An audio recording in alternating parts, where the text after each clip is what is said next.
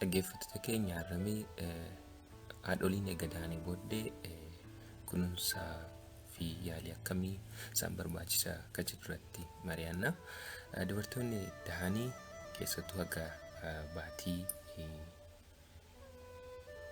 6 yookiin guyyaa 45 kunuunsaa fi yaalii barbaachisaa. Maaliif yeroo kana rakkoowwan garaa uumamuu danda'u, rakkoo haadha irratti miidhaa fiduu danda'an jecha lubbuu irrattis. Isaan keessaa inni tokko dubartoonni dahanii booddee keessattuu sa'aatii jalqabaa 6 keessatti rakkoo dhiigi baay'inaan dhiiguu fi qaama isaatii irratti akkasuma lubbuu isaanii irratti miidhaa guddaa geessisuu danda'a. Keessattuu haga ilmoo dahanii booddee gadaamessi isaanii akka gaariitti yoo hin kontoonfannee fi iddoo isaatti hin deebine dhiigi baay'een dhiiguu danda'a. Akkasumas dahanii booddee of kaltiin yookiin obbaatiin akka qulqulluudhaan guutumaa guututti gadaamessa isaa yoo hin baane ta'e dhiigi baay'inaan isaan dhiiguu danda'a. Inni biraa immoo dahanii booddee stiichiin yookiin yoo kennameef yookiin immoo yoo ilmoon baatu balbala gadaamessaa kana kan tarsaasee yoo ta'e, kan baqaqee yoo ta'e, inni sun akka gaariitti yoo hodhamu baate dhiigi baay'ee isaan dhiigee hanqina dhiigaa sitti fiduu danda'a. Haga lubbuu isaanii dhabuu geessisuu danda'a. Kanaaf dubartoonni dahanii booddee jalqaba keessattuu sa'aatii 2 duraa akka gaariitti to'annaa isaan barbaachisa. Gadaamessaan akka gaariitti kontoonfatuu fi kontoonfachuu dhiisuusaa sirriitti yaalanii barbaachisa. Keessattuu gadaamessi kontoonfachuu fi kontoonfachuu dhiisuusaa gadaamessi qaqqabuudhaan sukkuumuu akka suuraa irratti argatan maasaajii godhuudhaan tokko gadaamessi akka gaariitti akka kontoonfatuuf gargaara. Lammataa immoo dhiigi yoo gadaamessa kee jiraate akka ba'uuf waan gargaaruuf dahanii booddee gadaamessaanii kontoonfachuusaa sirriitti jeequu ilaaluu qabna. Akkasumas dhiigi baay'inaan gannamu moo hin gannamu ka jedhu kana sirriitti ilaaluu to'achuu nu barbaachisa. Lakkoo inni biraa dubartoonni dahanii booddee isaan quunnamu keessaa dhukkubadha. Dhukkubbiin itti dhaga'amuu danda'a. Dahanii booddee da'umsi uumamaan karaa jalaatiinis ta'uu danda'a yookiin immoo opereeshiniidhaan yoo dhalan dhukkubbiin bakka itti opereeshinii ta'an yookiin immoo jalaan yoo dhalan yookiin baqaqqiin yoo jiraate yookiin immoo stiichiin yoo kennameef bakka sanii dhukkubbiin itti dhaga'amuu danda'a. Inni tokko dhukkubbiin kun yoo isaanii dhaga'ame haga danda'amaatti keessattuu sa'aatii 24 jalqabaatitti waan qabbanaa ta'e bakka stiichii sanitti akka qabatan godhama. Inni kun dhukkubbii bakka sanii itti dhaga'amu, bakka stiichii sanitti dhaga'amu san hir'isuu danda'a. Inni kan biraa immoo sa'aatii 24 booddee immoo bishaan ho'isanii bishaan ho'aa keessatti soogidda sirriitti naquudhaan waan akka bal'aa qabee bal'aa keessa akka ta'an fi bakka stiichii sun bishaan saniin akka dhiqatan yoo xinnaate guyyaatti al tokko akka haga 3 akka dhiqataniif akka keessa ta'an gorfama. Maaliif bishaan soogidda qabu kan qabbanaa ta'e keessa yoo ta'an soogiddi sun tokko bakki sun infekshinii akka hin uumnee fi mala akka hin godhanneef gargaara. Inni lammataa dhiituun yoo jiraate dhiituu sanis ni hir'isaa fi bakki stiichii ta'e sunis akka yeroodhaan fayyuuf waan gargaaruuf dahanii sa'aatii 24 booddee qaama saala isaanii bishaan ho'aa soogidda sirriitti naqanii dhiqachuun ni barbaachisa jechaadha. Qaamni stiichiin godhame sun akka dafee fayyuuf fi akka malaan godhanneef. Dhukkubbiin kan biraa kan uumamu da'umsaan booddee dahanii booddee dubartoonni gadaamessaa iddootti deebi'uudhaaf ni kontoonfata yeroodhaani. Kontoonfachuun kun immoo dhukkubbii itti fiduu danda'a. Dhukkubbiin kun keessattuu yoo ilmoo harma hoosisan itti cimuu danda'a. Kanaaf dhukkubbii kana yaaluudhaaf immoo qorichawwan dhukkubbiidhaaf kennaman kan akka tiraamadolii, ibuprofenii, daayiklofeenaakii kennuufiidhaan dhukkubbiin kun akka irratuuf gochuu ni danda'ama jecha. Inni biraa dubartoonni dahanii booddee rakkoo isaan quunnamu keessaa inni tokko fincaan qabachuu dadhabuu yookiin immoo sagaraa qabachuu dadhabuu waan kun isaanitti dhaga'amuu danda'a. Inni kun kan uumamu ilmoon keessattuu warra dubartoota jalaan akka uumamaatiin dhalan yookiin dahaniin ilmoon yoo karaa gadaamessaatiin gadi ba'u maashaalee qaama hormaataa saalaa jabeessanii qaban akka suuraa irratti argitan kana jabeessanii qaban kun garmalee addaan saaquu, tarsaasuu, laaffisuu danda'a waan ta'eef qaamonni kun maasholiin kun immoo dubartoonni fincaan isaanii akka qabachuu danda'an, sagaraa isaanii akka qabachuu danda'an, dhufuu isaanii akka qabachuu danda'aniif waan gargaaruuf yeroo da'umsaa maashaaleen kun miidhamuu danda'anii yoo miidhaman da'umsa booddee tokko fincaan qabachuun isaa rakkisuu danda'a, sagaraa qabachuun isaa rakkisuu danda'a, gaazii qabachuun isaa rakkisuu danda'a. Kanaaf rakkoo kun akka hin uumamne ittisuudhaaf yoo danda'ama ta'e ispoortiin maashaalee kana jabeessu hojjechuu isaan barbaachisa.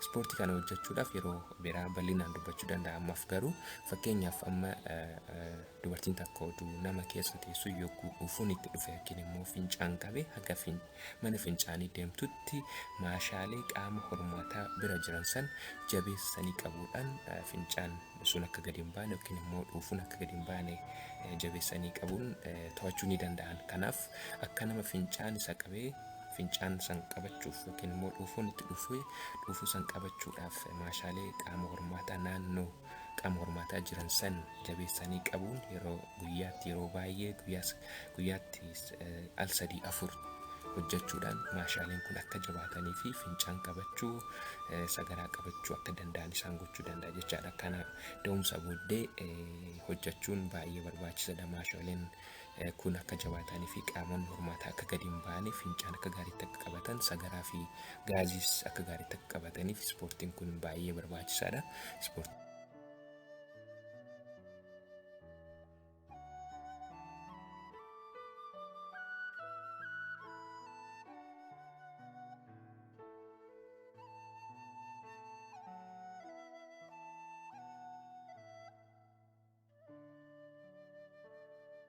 Kana hojjechuun gaariidha. Rakkinni biraa dubartoonni gadaanii booddee isaan qunnamu keessattuu dubartoota yeroo jalqabaatiif ta'an kan harmi fiixeen harmaa isaanii akka gaariitti gadi hin baane, ilmoo akka gaariitti hin hoosisne yoo ta'e aannan harma keessa guutuudhaan dhukkubbiin isaanitti dhaga'amuu danda'a. Dhukkubbii kana immoo hir'isuudhaaf tokko daa'ima akka gaariitti hoosisuun barbaachisaadha. Tokko fiixeen gadaames akka gaariitti akka bahu qubaanis ta'uu danda'a harkisuudhaan fiixeen harmaa akka gaariitti ba'ee ilmoo akka gaariitti akka qabachuu dandeessu gochuudhaan fiixeen harmaa akka bahu gochuudhaan harma ilmoon akka gaariitti akka hootu gochuudhaan harma guuteessan hir'isuu ni danda'ama. Inni biraa akkas goone dhukkubbiin kan hin hir'anne yoo ta'e tokko waan akka qabbanaawaa waan akka cabbii aayispaak kan jedhamu yookiin immoo bishaan ho'a labbi jedhe harmarra qabachuudhaan dhukkubbii san hir'isuu ni danda'ama. Akkas godhanii dhukkubbiin kun yoo hir'atuu fi baatee qorichawwan akka ibuprofeenii, tiramadoolii yookiin daayikuloo kana fudhachuudhaan dhukkubbii harmi guutuudhaan dhufu hir'isuu ni danda'ama. Rakkoon biraan dubartoonni da'umsaan booddee isaan qunnamu keessaa inni tokko gogiinsa garaati. Gogiinsi garaa da'umsaan booddee jiraachuu danda'a. Tokko maaliif dubartoonni gadaan booddee dhangala'aa akka gaariitti yoo kan hin fudhanne ta'e yookiin immoo dhukkubbiin kan itti dhaga'amu ta'e sagaraa deemuuf waan sodaataniif sagaraan garaa keessaanii turuudhaan goguu danda'a. Inni kun yoo goge immoo mana fincaanii deeman sagaraan akka gaarii itti bahuu fi dhiisuu danda'a. Akkasumas sagaraa gogaa kana baasuuf jecha yoo miidhatan hemorooyidii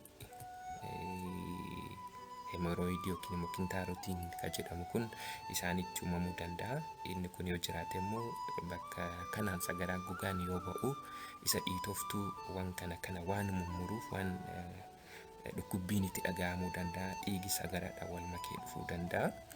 Egaa dhukkubbii kana hir'isuudhaaf tokko da'umsa booddee dubartoonni dhangala'aa akka gaariitti akka fudhatantu gorfama. Inni lammataa sagaraan isaanii akka gaariitti akka laaffatuuf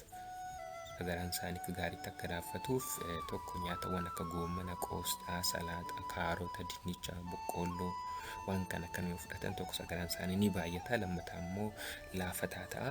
Kanaaf akka gaariitti waan kana hir'isuun ni danda'ama jecha. Akkasuma hemorrhoidiin kun yoo kan itti uumame ta'e kintaarotiin kun yoo kan itti uumame ta'ee fi yoo kan dhukkubbiin achitti dhaga'amu ta'e bishaan ho'isanii bishaan soogidda qabuun bakka san keessa taa'u. Bishaan waan akka bal'aa qabiyyee bal'aa keessatti bishaan soogidda qabu keessa kaa'anii isa keessa daqiiqaa 5-15 keessa taa'uudhaan tokko dhiituun bakka sanii akka hirratu gochuu ni danda'a. Lammataan immoo bakki madaa'e sun akka fayyuuf ni gargaara waan ta'eef warri hemorrhoidii godhatanii fi dhukkubbiin itti dhaga'amu kanaaf bishaan ho'aa soogidda baay'ee qabu keessatti guyyaatti al tokko haga 3 daqiiqaa 5-15 keessa taa'uudhaan waan kana yaaluu ni danda'ama jechaadha. Yoo da'umsa booda rakkinni kun uumame fi waan kana gochuudhaan yoo hemorrhoidiin kun itti wayyaa'uu baate mana yaalaa dhaqanii yaalicha hemorrhoidii kana yaaluudhaaf gargaaran qoricha garaagaraa akka qibaatiitiin kennamantu jira. Waan san bitatanitti dibachuudhaan rakkoo kana ittisuun ni danda'ama. Inni biraa dubartoonni da'umsaan booddee kan isaan rakkisu keessaa inni tokko dhiphinaa fi yaaddoo itti uumamuu danda'a. Keessattuu dubartoonni kana dura dhibee sammuu qabanii fi yaalirra jiraatan, dubartoonni yeroo jalqabaatiif ulfa godhatanii fi haadhummaa hin barree, dubartoonni abbaa manaa isaanii wajjin wal dhabdee qaban, dubartoonni yeroo da'umsaa rakkoowwan garaagaraa dhibeewwan garaagaraa isaan qunname yookiin yeroo da'umsaa infekshinis ta'uu danda'a, opereeshinii galuus danda'a fi daa'imni isaanii jalaa miidhame dhiphinni sammuu fi yaaddoon cimaan isaan irratti uumamuu danda'a.